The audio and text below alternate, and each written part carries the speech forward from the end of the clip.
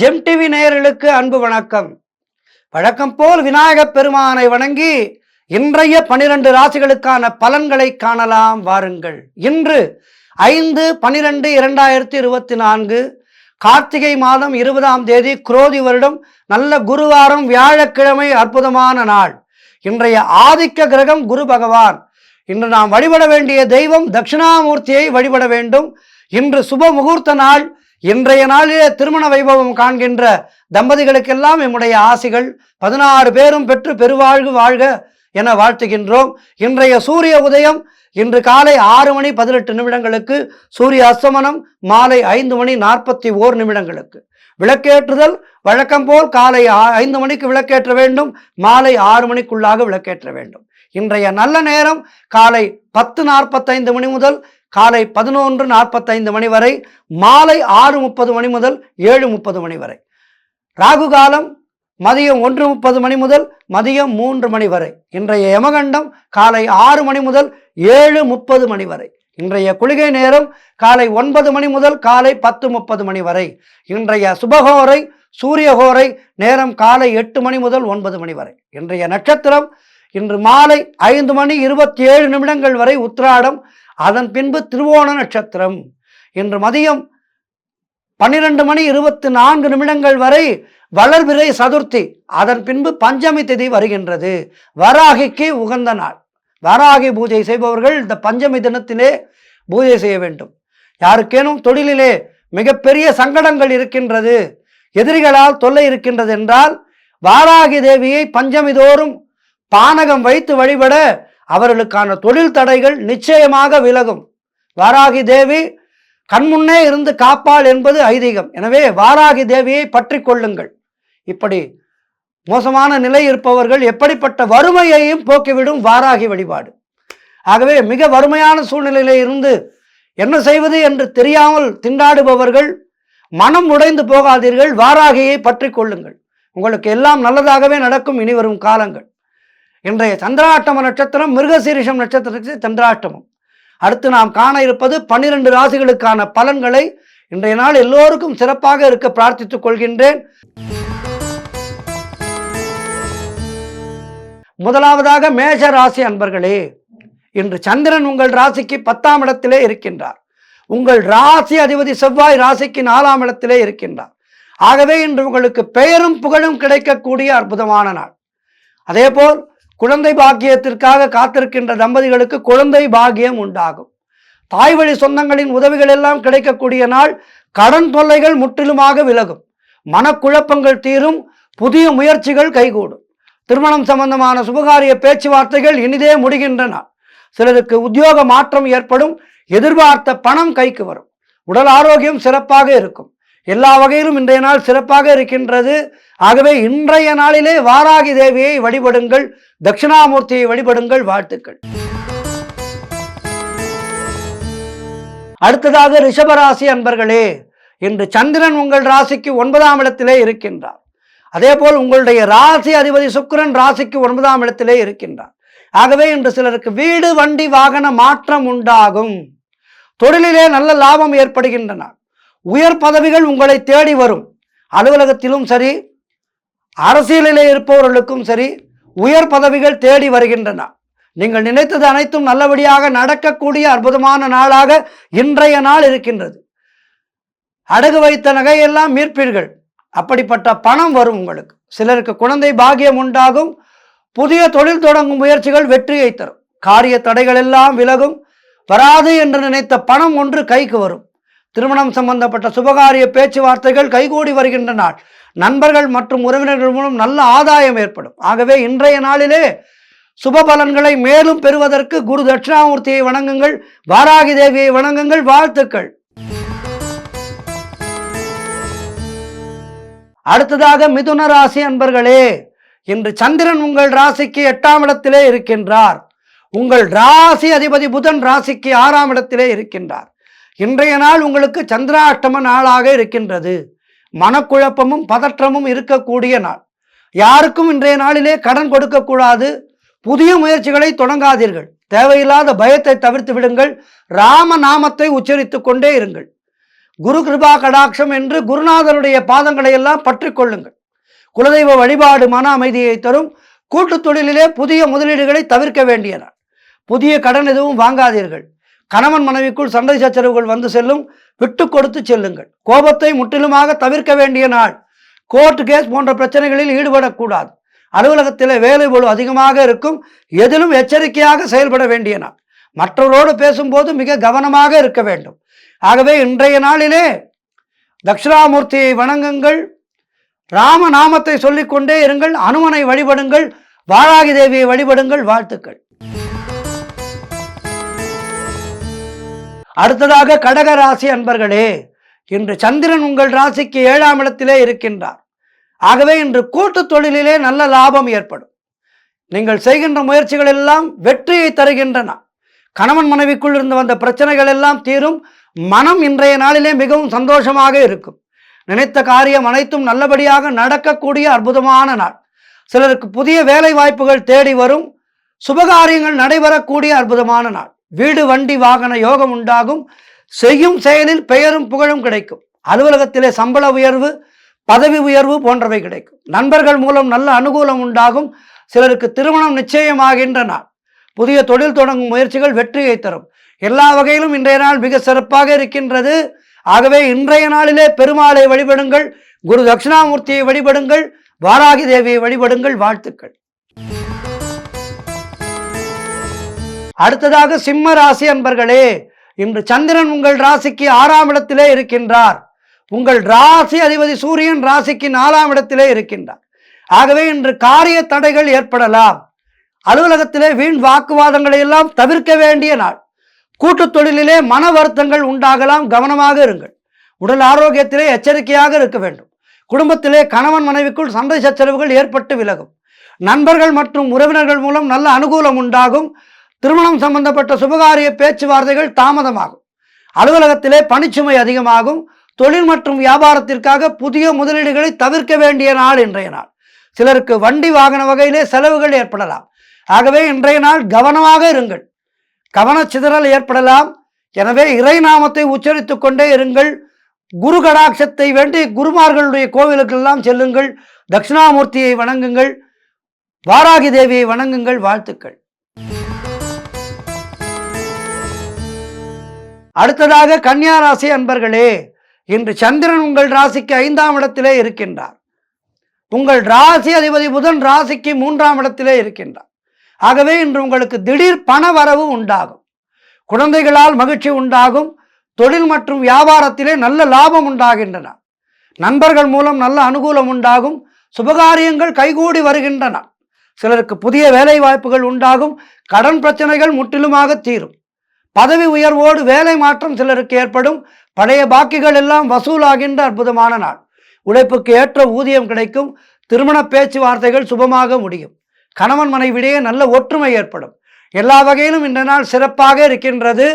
இன்றைய நாளிலே குரு தட்சிணாமூர்த்தியை வணங்குங்கள். வாராகி தேவியை வணங்குங்கள். பெருமாளை வழிபடுங்கள். வாழ்த்துக்கள்.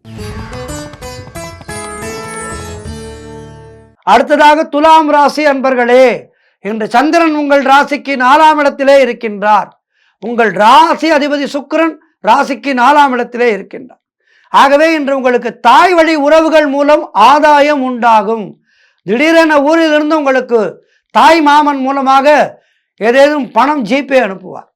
அல்லது நல்ல ஒரு வேலை வாய்ப்புக்கு உங்களுக்கு உதவுவார். இப்படி தாய் மாமன் மற்றும் தாய் வழி உறவுகள் மூலம் நல்லது ஏற்படுகின்றன.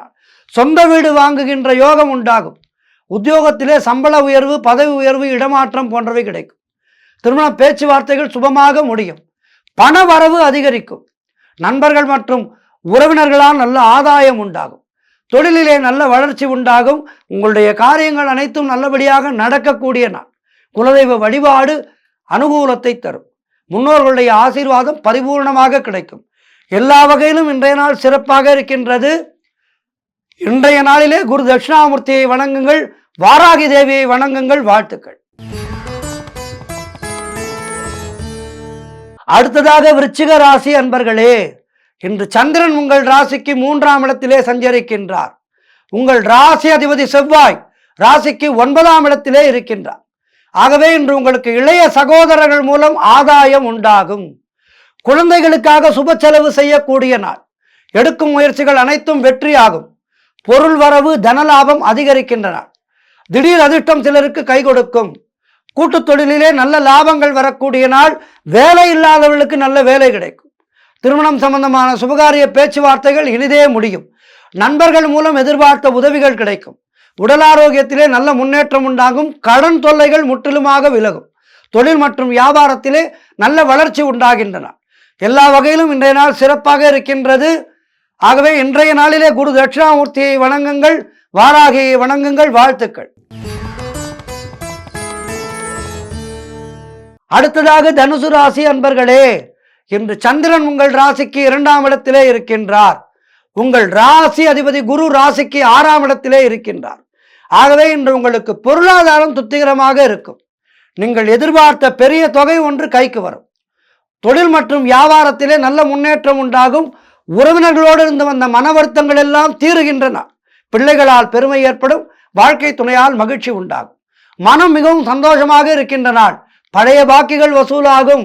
காரிய வெற்றிகள் உண்டாகும். சிலருக்கு திருமணம் நிச்சயமாகும். கூட்டு தொழிலிலே நல்ல லாபம் வருகின்றன. சிலருக்கு எதிர்பார்த்த இடமாற்றம் கிடைக்கும். புதிய செல்போன் போன்றது ஏதேனும் புதிய பொருட்களை வாங்குவீர்கள். ஆகவே இன்றைய நாள் அற்புதமாக இருக்கின்றது. ஆகவே இன்றைய நாளிலே குரு தட்சிணாமூர்த்தியை வணங்குங்கள், பெருமாளை வணங்குங்கள். வாழ்த்துக்கள். அடுத்ததாக மகர ராசி அன்பர்களே, இன்று சந்திரன் உங்கள் ராசியிலேயே இருக்கின்றார். உங்கள் ராசி அதிபதி சனி ராசிக்கு 2ஆம் இடத்திலே இருக்கின்றார். ஆகவே இன்று உங்களுக்கு அலுவலகத்திலே பதவி உயர்வு, சம்பள உயர்வு கிடைக்கும். புதிதாக வேலை தேடுபவராக இருந்தால் நல்ல வேலை கிடைக்கும். உடல் ஆரோக்கியம் திருப்திகரமாக இருக்கும். புதிய முயற்சிகள் எல்லாம் வெற்றியை தருகின்றன. தொட்டதெல்லாம் பொன்னாகக்கூடிய நாள். ஆகவே இன்றைய நாளிலே வெளிநாட்டுக்கான முயற்சிகளை தொடங்குங்கள். வெளிநாட்டு பயணம் ஏதேனும் செய்ய வேண்டும், உத்தியோகத்திற்கு பார்த்தால் இன்றைய நாளிலே அதற்கான முயற்சிகளை தொடங்குங்கள். வெற்றி கிடைக்கும். பண வரவு அதிகரிக்கின்றன. பொருளாதாரம் திருப்திகரமாக இருக்கின்றது. நண்பர்கள் மூலம் நல்ல அனுகூலம் உண்டாகும். நீங்கள் நினைத்ததெல்லாம் நல்லபடியாக நடக்கக்கூடிய அற்புதமான நாள். வேலை இல்லாதவர்களுக்கு நல்ல வேலை கிடைக்கும். ஆகவே முயற்சிகளை தொடங்குங்கள். நீண்ட நாட்களாக குழந்தை பாக்கியத்திற்காக காத்திருக்கின்ற தம்பதிகளுக்கெல்லாம் குழந்தை பாக்கியம் உண்டாகும். சொந்த தொழில் செய்பவராக இருந்தால் நல்ல முன்னேற்றம் ஏற்படும். ஆகவே இன்றைய நாளிலே குரு தட்சிணாமூர்த்தியை வணங்குங்கள், வாராகி தேவியை வணங்குங்கள். வாழ்த்துக்கள்.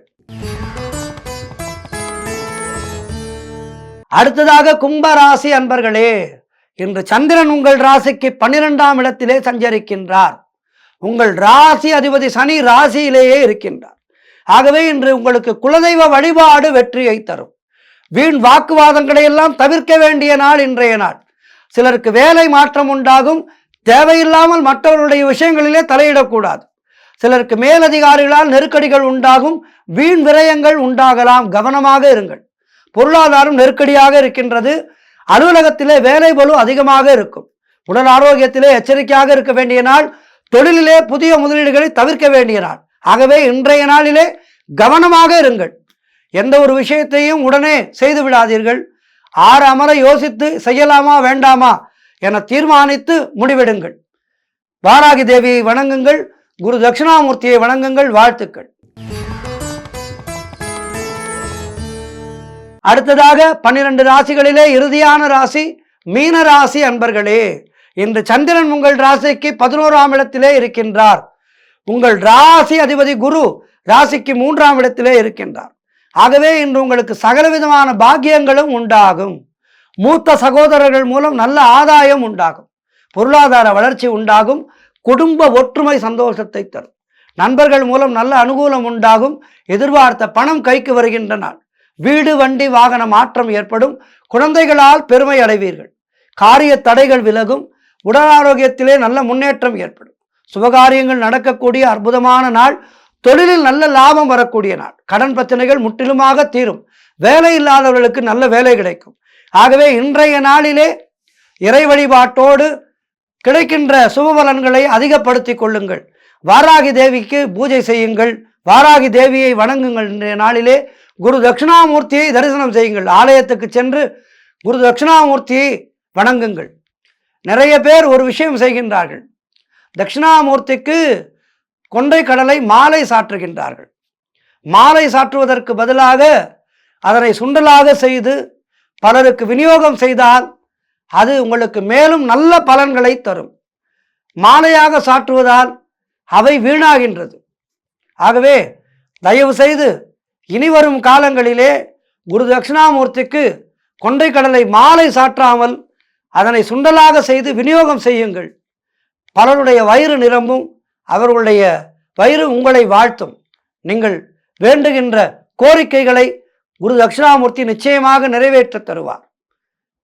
12 ராசிக்காரர்களுக்கும் இன்றைய நாள் சிறப்பாக இருக்க பிரார்த்தித்துக் கொண்டு இன்றைய ஆன்மீக தகவல். ஞானத்தபோவனரை வாவென்று அழைக்கும் அண்ணாமலை, ஞானத்தபோவனரை வாவென்று அழைக்கும் அண்ணாமலை, அண்ணாமலை திருவண்ணாமலை, திருவண்ணாமலை சிவனே போற்றி, அண்ணாமலை சிவனே போற்றி, அண்ணாமலை சிவனே போற்றி. ஓம் நம சிவாயா. எல்லோரும் கார்த்திகை தீபத்துக்கு தயாராகி கொண்டிருக்கின்றோம். கார்த்திகை மாதத்திலே அக்னி ரூபமாக விளங்குகின்ற அந்த திருவண்ணாமலை, திருவண்ணாமலையை பற்றி நினைத்தாலே நமக்கு முக்தி. அண்ணாமலையை நினைக்க முக்தி, ஆரூரிலே பிறக்க முக்தி என்று சொல்வார்கள். ஆகவே இந்த அற்புதமான திருவண்ணாமலையை பற்றி நினைக்கின்ற ஒரு அற்புதமான நாள் இன்றைய நாள். ஜெம்டிவி நேயர்களுக்கெல்லாம் அண்ணாமலையின் பெருமையை சொல்கின்ற பாக்கியத்தை எனக்கு அளித்திருக்கின்றார்கள். அதற்கு நன்றியை தெரிவித்துக் கொண்டு இன்றைய நாளிலே இந்த கிரிவலம் பற்றி பார்க்க இருக்கின்றோம். எத்தனையோ மகான்கள், அதாவது அண்ணாமலை என்பதே ஈசன் குடிகொண்டிருக்கின்ற அற்புதமான மலை. சிவன் அக்னி ரூபமாக நமக்கு அங்கு இருக்கின்றான். அங்கு மலையே சிவன். நிறைய பேருக்கு ஒரு வருத்தம் இருக்கும். என்னவென்றால், கிரிவலம் செல்கின்றோம், கிரிவலம் செல்கின்ற போது கிரிவலம் முடிந்து இறைவனை போய் தரிசிக்க வேண்டும் என்பது பலருக்கு நடப்பதில்லை. அங்கு நிறைய மிகப்பெரிய கூட்டம். ஆகவே அந்த கிரிவலம் முடித்து தரிசனம் செய்ய முடியவில்லை. நிற்பதற்கு நேரமும் ஆரோக்கியமும் இருப்பவர்கள் பல மணி நேரம் நின்று இறைவனை தரிசிக்கின்றார்கள்.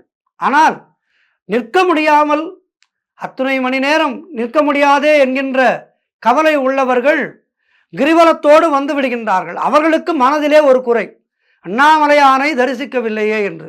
அப்படி குறைபடாதீர்கள். திருவண்ணாமலை அந்த மண் எல்லாமே சிவன், மண்ணே சிவனாக நின்ற மலை. ஆகவே அந்த திருவண்ணாமலையிலே கிரிவலம் செய்தாலே சிவனை நாம் கண்ட புண்ணியம். நீங்கள் பார்க்கின்றீர்களோ இல்லையோ, அந்த சிவபெருமான் உங்களை பார்க்கின்றார். அவருடைய பார்வை பட்டால்தான் திருவண்ணாமலையிலே நாம் கிரிவலம் செய்ய முடியும். அண்ணாமலைக்கு நாம் செல்கின்றோம் என்றால் சிவன் அழைக்காமல் நம்மால் அங்கு செல்ல முடியாது. ஆகவே இப்படிப்பட்ட கவலைகளை உதறி தள்ளுங்கள். திருவண்ணாமலை மண்ணை மிதித்து அங்கு கிரிவலம் செய்து விட்டாலே நாம் சிவனை தரிசித்த பலன் நமக்கு கிடைக்கும். ஆகவே அந்த பலனை எல்லோரும் பெற்றுக்கொண்டிருக்கின்றோம். என்ன ஒன்று, கிரிவலம் செய்கின்ற போது சிவனை மட்டுமே நினைத்து கொண்டு கிரிவலம் செய்ய வேண்டும். வீண் பேச்சு பேசக்கூடாது. மற்ற விஷயங்களை பற்றி, லௌகிக விஷயங்களை பற்றி, கடன் கவலையை பற்றி, அரசியல் கவலை பற்றியெல்லாம் பேசக்கூடாது. சிவனை மட்டுமே தியானித்து அருணாச்சலா அருணாச்சலா அருணாச்சலா அருணாச்சலா அருணாச்சலா அருணாச்சலா அருணாச்சலா அருணாச்சலா அருணாச்சலா என்று அருணாச்சலனுடைய நாமத்தை சொல்லிக்கொண்டே ஜபித்து கொண்டே நடக்க வேண்டும். அதேபோல் வேகமாக நடக்கக்கூடாது. திருவண்ணாமலை சித்தர்கள் குடிகொண்டிருக்கின்ற பூமி. எனவே அதிரடியாக நடந்து அவர்களுக்கு தொல்லை கொடுக்கக்கூடாது. நீங்கள் கிரிவலம் செய்கின்ற வேளையிலே ஏதேனும் ஒரு சித்தர் அண்ணாமலையானுக்காக கிரிவலம் சென்று கொண்டிருப்பார். ஆகவே அவர்கள் கண்ணுக்கு தெரிய மாட்டார்கள் என்றாலும் சித்தர்கள் வாழுகின்ற பூமி அண்ணாமலை. எனவே கவனமாக அடியடியாக எடுத்து வைக்க வேண்டும். ஆகவே இப்படியெல்லாம் கிரிவலம் செய்தால் நமக்கு பலன் உண்டு. பாவ வினைகள் குறைந்து புண்ணியங்களை கூட்டுகின்றது இந்த கிரிவலம். அது மட்டுமல்ல, முன்பே சொன்னது போல் சித்த புருஷர்களுடைய அருளெல்லாம் நமக்கு கிடைக்கக்கூடிய அற்புதமான தலம் திருவண்ணாமலை. அங்கு கிரிவலம் சென்றால் நமக்கு எல்லாமே கிடைக்கும். அனைத்து கிழமைகள் அனைத்து திதிகளிலேயும் எல்லா நேரங்களிலும் கிரிவலம் செல்லலாம். பௌர்ணமி மட்டும்தான் என்றில்லை, எல்லா நாளிலும் கிரிவலம் செல்லலாம். என்றாலும் எந்த கிழமையிலே எந்த சமயத்தில் கிரிவலம் சென்றால் என்ன பலன் கிடைக்கும் என்பதையெல்லாம் இங்கே பார்க்கலாம். கிரிவலத்துக்கு இன்னும் ஒரு வார பொழுது இருக்கின்றது. ஆகவே நீங்கள் நன்றாக ஒரு அட்டவணையை போட்டு இதன்படி கிரிவலம் செய்யுங்கள். வாழ்விலே எல்லா வளமும் பெறுங்கள். கிரிவலம் என்பது திருவண்ணாமலை தவிர பழனி, திருப்பரங்குன்றம், திண்டுக்கல், ரத்னகிரி, சோளிங்கர், வள்ளிமலை, பர்வதமலை, சென்னிமலை, திருமயம், இப்படி மலைகள் இருக்கும் இடங்களிலே எல்லாம் கிரிவலம் செல்லலாம். எங்கெல்லாம் மலை உள்ளதோ, அங்கு மலை மீது ஆலயம் உள்ளதோ, அதை முழுவதுமாக வலம் வந்து மலை மீது உள்ள தெய்வத்தை வணங்கினால் அந்த தெய்வத்தினுடைய பரிபூலமான அருள் நமக்கு கிடைக்கும். இப்போது கூட திருக்கழுக்குன்றம் மலை கிரிவலம் சென்று கொண்டிருக்கின்றார்கள். பல்லாண்டுகளாக அற்புதமாக நடைபெற்று கொண்டிருக்கின்றது வேதபுரீஸ்வரர் கோவிலிலே. ஆகவே இப்படி கிரிவலம் வருவது என்பது அற்புதமான விஷயம். கிரிவலம் எப்படி செல்ல வேண்டும் என்று காஞ்சி மகா சுவாமிகள் நமக்கு சொல்லி இருக்கின்றார். கிரிவலம் செல்லும் போது பக்தி பாடல்களை கேட்டுக்கொண்டு செல்லலாம். நமக்கு அந்த பாடலை பாடத் தெரியும் என்றால் பாடிக்கொண்டே செல்லலாம். அல்லது நாமாவளியாக அருணாச்சல சிவ அருணாச்சல சிவ அருணாச்சல சிவ அருணாச்சலா, இப்படி சிவன் கோவில் என்றால் இப்படி, முருகர் கோவில் என்றால் அரோகரா முருகா அரோகரா முருகா அரோகரா முருகா அரோகரா முருகா, இப்படி எந்த தெய்வத்தினுடைய கோவிலிலே கிரிவலம் செல்கின்றோமோ அந்த தெய்வத்தை பற்றிய பக்தி பாடல்களை எல்லாம் பாடிக்கொண்டு செல்லலாம். ஆகவே கிரிவலம் செய்ய வேண்டும். அது இறை நம்பிக்கையோடு செய்ய வேண்டும், இறை நினைவோடு செய்ய வேண்டும். கிரிவலம் செல்வதால் பாவ வினைகள் குறைந்து புண்ணியங்கள் கூடுகின்றன. தெய்வ அருள் மட்டுமின்றி சுத்த புருஷர்களுடைய அருளும் நமக்கு கிடைக்கின்றது. ஆகவே எந்தெந்த கிழமைகளிலே செய்யலாம், எப்படியெல்லாம் செய்யலாம் என்பதை பற்றி பார்க்கலாம். இப்போது எந்த கிழமையிலே கிரிவலம் சென்றால் என்ன பலன் கிடைக்கும் என்பதையெல்லாம் பார்க்கலாம். ஞாயிற்றுக்கிழமையிலே கிரிவலம் செய்தால் சிவலோக பதவி கிடைக்கும், நோய்கள் நீங்கும். அதேபோல் திங்கட்கிழமையிலே கிரிவலம் செய்தால் பாவ கணக்கு குறைந்து புண்ணிய கணக்கு மேலோங்கும். செவ்வாய்க்கிழமையிலே கிரிவலம் செய்தால் கடன் தீரும், தீவினைகள் போகும், வறுமை நீங்கும், சகல சம்பத்துக்களும் தேடி வரும், கர்ம வினைகள் நீங்கும். என்ன நினைத்து கிரிவலம் செல்கின்றோமோ அந்த காரியம் உடனே கைகூடும். புதன்கிழமையிலே கிரிவலம் செல்ல கலைகளிலே நல்ல வளர்ச்சி கிடைக்கும், மோட்சம் கிடைக்கும். இறந்த பின் நமக்கு தேவை என்ன? மோட்சம். அந்த மோட்சத்தை கொடுப்பது புதன்கிழமை கிரிவலம் செய்தார். வியாழக்கிழமையிலே கிரிவலம் செய்ய குருவருள் கிடைக்கும், ஞான சித்தி ஏற்படும். இந்த ஜென்மம் மட்டுமின்றி பல ஜென்ம குருமார்களின் ஆசீர்கள் நமக்கு கிடைக்கும். அதாவது சித்த புருஷர்களுடைய ஆசீர்கள் எல்லாம் நமக்கு கிடைக்கும். வெள்ளிக்கிழமைகளிலே கிரிவலம் செல்ல செல்வ நலன் சேரும், வைகுண்ட பேறு கிடைக்கும், நல்ல குழந்தை பேறு, சத்சந்தான பேறு கிடைக்கும். நமக்கு பிறக்கும் குழந்தைகளும் நல்ல பக்தியோடு இறை சிந்தனையோடு இருப்பார்கள். அவர்களால் நமக்கு நற்பெயர் விளங்கும். சனிக்கிழமையிலே கிரிவலம் செல்ல பிறவி பிணி போகும், வியாபாரத்திலே நல்ல உச்சநிலை கிடைக்கும், நவக்கிரக தோஷங்களிலே இருந்து நிவர்த்தி கிடைக்கும். திருவண்ணாமலையிலே கார்த்திகை தீபம் அன்று கிரிவலம் செய்வது எப்படி என்றெல்லாம் பார்க்கலாம். அஷ்டமி திதியிலே நாம் கிரிவலம் செய்ய தீவினைகள் அனைத்தும் நீங்கும். அதேபோல் பிரம்ம முகூர்த்த வேளையிலே கிரிவலம் செய்ய விரும்புகின்ற சக்திகளை பெறலாம். அதேபோல் பகல் மற்றும் மாலை வேளைகளிலே கிரிவலம் செய்ய தனம் மற்றும் தானியம் பெருகும். இரவு அல்லது நள்ளிரவு நேரம் கிரிவலம் செய்ய அஷ்டமா சித்திகளையும் நாம் பெற முடியும். அமாவாசை அன்று கிரிவலம் செய்ய அருளை பெறலாம். அதேபோல் பௌர்ணமியிலே கிரிவலம் செய்வோருக்கு பொருள் கிடைக்கும். சிவனின் அருளை மட்டுமே பரிபூரணமாக பெற வேண்டும் என்று நினைப்பவர்கள் அமாவாசை நாளிலே கிரிவலம் செல்லலாம். நினைத்த காரியத்தை நிறைவேற்றி வெற்றியை தரக்கூடியது அமாவாசையிலே செல்லுகின்ற கிரிவலம். ஆகவே இந்த கிழமைகளை எல்லாம் பார்த்து, இந்த திதிகளை எல்லாம் பார்த்து கிரிவலம் செய்து வாழ்க்கையிலே எல்லா வளமும் நலமும் பெறுவோம். அண்ணாமலையானுடைய அருள் எல்லோருக்கும் கிடைக்க வேண்டும். அருணாச்சலனுடைய அருளினாலே இந்த உலக மக்கள் எல்லோரும் நல்லதே பெற வேண்டும் என்று பிரார்த்தித்துக் கொள்கின்றேன். மீண்டும் நாளை சந்திக்கின்றேன். நன்றி, வணக்கம்.